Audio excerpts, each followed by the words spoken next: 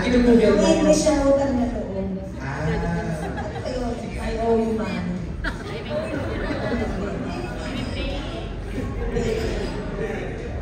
Utang na loob. Parang ang tanong niya dito is, do you think children should always feel obligated to repay their parents? Ano ikaw? Sige, ako na muna. Sa personal kong experience, gusto ko siyang ibalik sa magulang ko. Dahil binigay nila lahat, sinuportahan nila ako. At sabi ko nga, hindi naman po ito pare-parehas ng sitwasyon. Kaya ako, I will repay. And ibabalik ko yan sa mga magulang ko. Kate, ikaw? Ako po the same. I will do the same for my parents. Pero hindi lang po ako siguro sa ayon is yung parang you force it onto your children.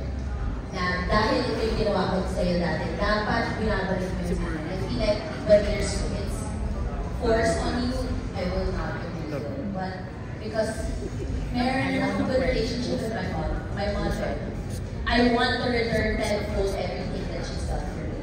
Na kung sa loob ko na lang. Without her. Donna? Ako naman po, personally speaking, dahil yung family naman namin ay hindi naman kami mayaman, hindi kami lumaking mayaman. So, and bilang panganay, alam naman natin sa kultura natin, di ba, medyo may ganang pagtitimba ang panganay, ganyan, tapos yung, ito, yung pinalalagyan natin bilang mga Pilipino, napakahirap na buhay ngayon. Diba? So, sa akin, hindi naman siya in-impose or hindi naman ako pinwersa. So, as long as may kalayaan ka mamili kung ibabalik mo siya or hindi. Kasi nag-iba din nung nagkaroon ako ng daughter, hindi naman ako nag-expect na magbabalik siya sa akin paglaki niya. So, mas doon ko nahanap yung balance. Kasi nung ako pa lang, nung bilang panganay, naging breadwinner din, feeling ko, obligado ako magbalik. Pero nung naging mother ako, na-realize ko na, hindi naman pala ganun yung ini-expect from me. Kasi maayos din naman yung relationship with the parents. For as long as kusang loob mong binibigay yung utang na loob. Ganon. So, alam mo yung hangganan kung saan matatapos yung pagtanaw mo doon. Sariling din kasi yun sariling desisyon and boundaries na isa-set mo. So, kung hanggang saan lang yung willing na, yun po. Rachel, ikaw, what are your thoughts on that? Yung repaying, utang na loob to their parents? Well, fortunately for me, my dad passed away a decade ago, so mom na lang nasa akin. Hindi sa amin nag-ulitan yun. In fact, kami na minsan yung talagang nagbibigay kung saan sa kanya. I think may obligasyon but with limitations. Kasi at some point, magkakaroon din ng sariling pamilya, magkakaroon ng ibang priorities. Pero you set aside, of course, yung obligasyon mo para sa parents mo. Naniniwala ka na may obligasyon, pero make sure na nasiset mo rin yung priorities mo. Pichi ka? Hindi ako kasi, nung tumatanda ako, nakita ko kasi hirap ng nanay ko pag nasa, bawa, hospital yung kapatid ko, mahika, bata pa kami, tapos wala siyang pambayad na puputulan na lang. Mas maraming story ko. Hindi, yun nga. So, magmula na nakita ko yung nanay ko, tapos parang hindi makalabas yung kapatid ko sa ospital dahil yung pinagsarado na ng ina. Hindi ko nang wala talaga, dumating sa point na gano'n. So, sabi ko, tapos nanay ko, nakikita ko nangingiram sa lola ko kung ano. Talagang walang. After that, sabi ko, hindi niya na kailangan magsalita. Kahit na ang nanay ko nakatingin lang. Or, basta hindi siya naghingi. Pero, mula noon, nakita ko siya gano'n. Siguro mga 7, 8, 9. Kaya gano'n lang ako. So sabi ko mula noon, hindi ko na, magtatrabaho ko para hindi na mangyari sa aming pamilya ito. So sure ako agad na gusto kong tumulong. So, hindi ko na pinag-isipan. Go lang ng go. Galing naman. Thank you, Pichi, for sharing. Alexa, what are your thoughts on that? If I were to become a mother, I wouldn't give that burden to my child. I wouldn't make it an obligation for my child to give back to me. I would just hope and pray that all the love and care I pour out to my child, that will help my child succeed.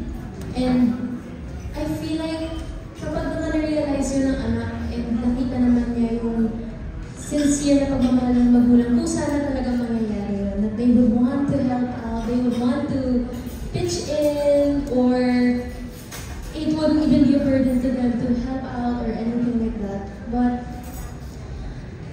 first of all, my child didn't ask to be born. So why would I give that burden to the child? Diba? Siya mag-aawag sa akin sa hirap or something. Pero kung gusto niya tumulong, and I would need it, of course I would accept. I would be so proud of my child na ganun ko siya napalaki. If ever. Galing, kasi iba-iba yung iba-iba yung mga sagot nila yung lahat. Iba-iba from, iba-ibang lente, iba-ibang pinanggalingan, iba-ibang POV. Bottom line is, nasa sa'yo pa rin yun. Ikaw ang mag-decide what you want to do.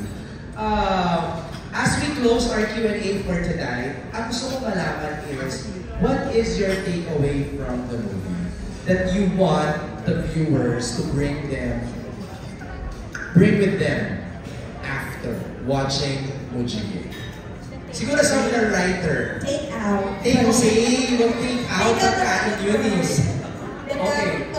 Si Ryman muna. Ako po siguro, clear naman din sa amin yung binagawa namin yung film na marimay, after siguro pala mapanood yung pelikula, parang you want the people to feel na marimay sila sa capacity nila na magmahal, na kumalinga, na meron pala tayong innate capacity to love someone, regardless kung kalugunan ng mga hindi namin.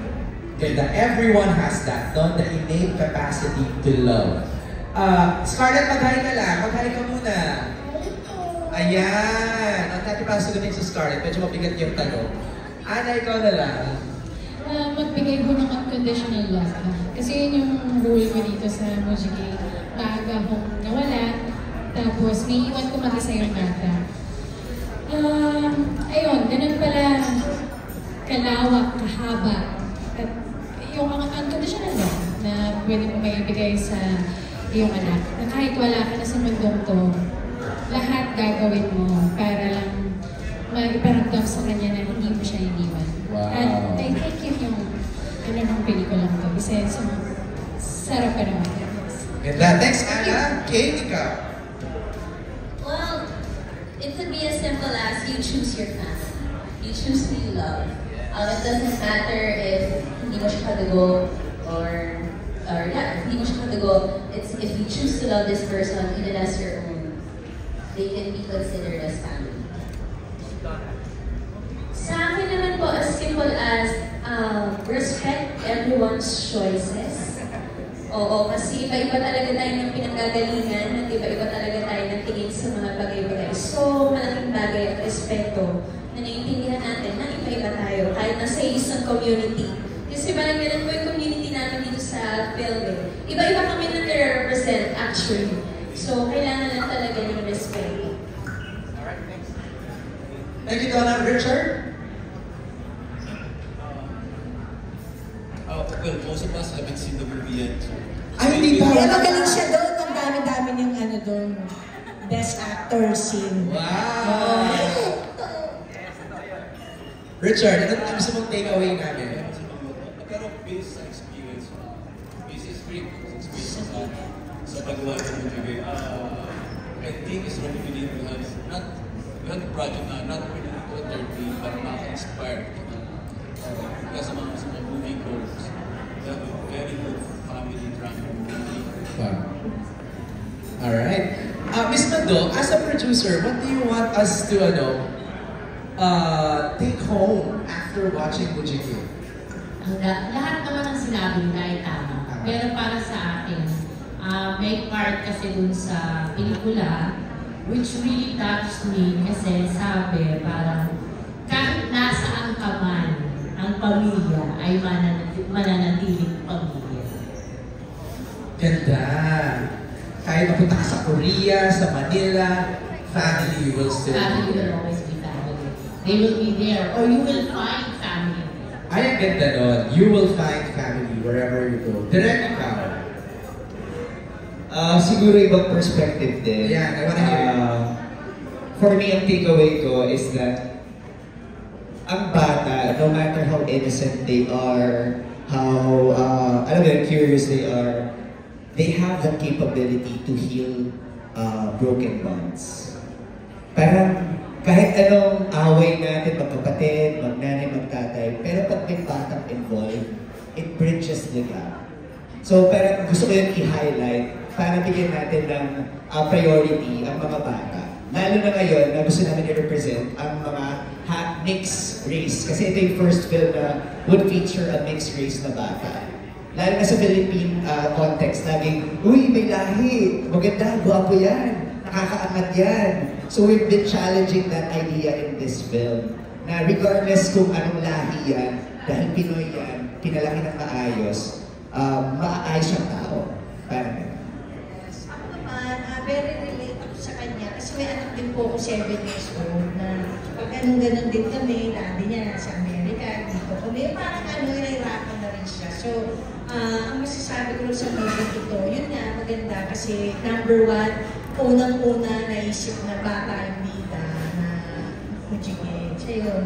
So, pangalawa, may international na nasa Korea, di ba? So, that's international. Diba? Angat na agad. Diba? Hindi ko pagiging international and local togetherness. Todo na to. Diba? Tapos, yun ang takeaway ko lang, lalabas kayo ng kahit napakot na kayo sa sistema ng ano or sarili ninyo. Pero, pagkapanood nyo ng movie, merong rainbow, emoji, inside, come with me, remove from me, take away. Take it away. Basta maganda siya, nakakatuwa. Magaling si Direk. At saka siyempre, nagpapasalamat ako for Jisoo and then of course, kay Alexa. I'm proud of them kasi magaling sila dito. So I really hope and congrats and good luck. Good luck. We welcome you, the Philippines. Yes. Alright, thank you, Peachy. Jisoo, what do you want us to take away after watching the film?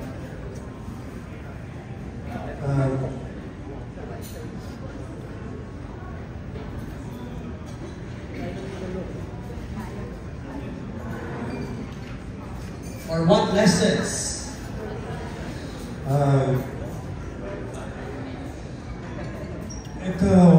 Watching this movie, I hope people supporting Mujige.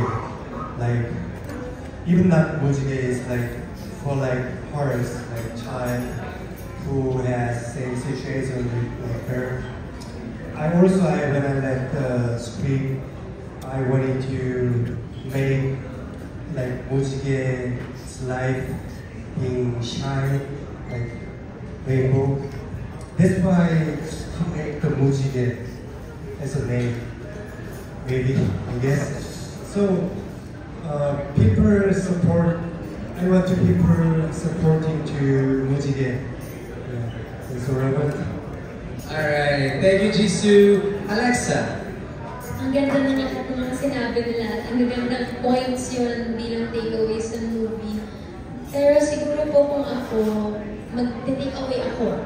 I'll take away myself, like Ate Rufami. Sa character ko naman, sana makita rin ng mga tao na to be loved is to be changed. So, I know na madaming tao, after dumaan sa heartbreak, maybe loss of a loved one, if they're grieving, nakakatakot na magmahal ulit, or nakakatakot na ma-involve in caring for someone or investing feelings. It doesn't have to be romantic sa isang tao. Pero ang ganda lang kasi how love really conquers everything. It really changes you, and that's what happened to my character.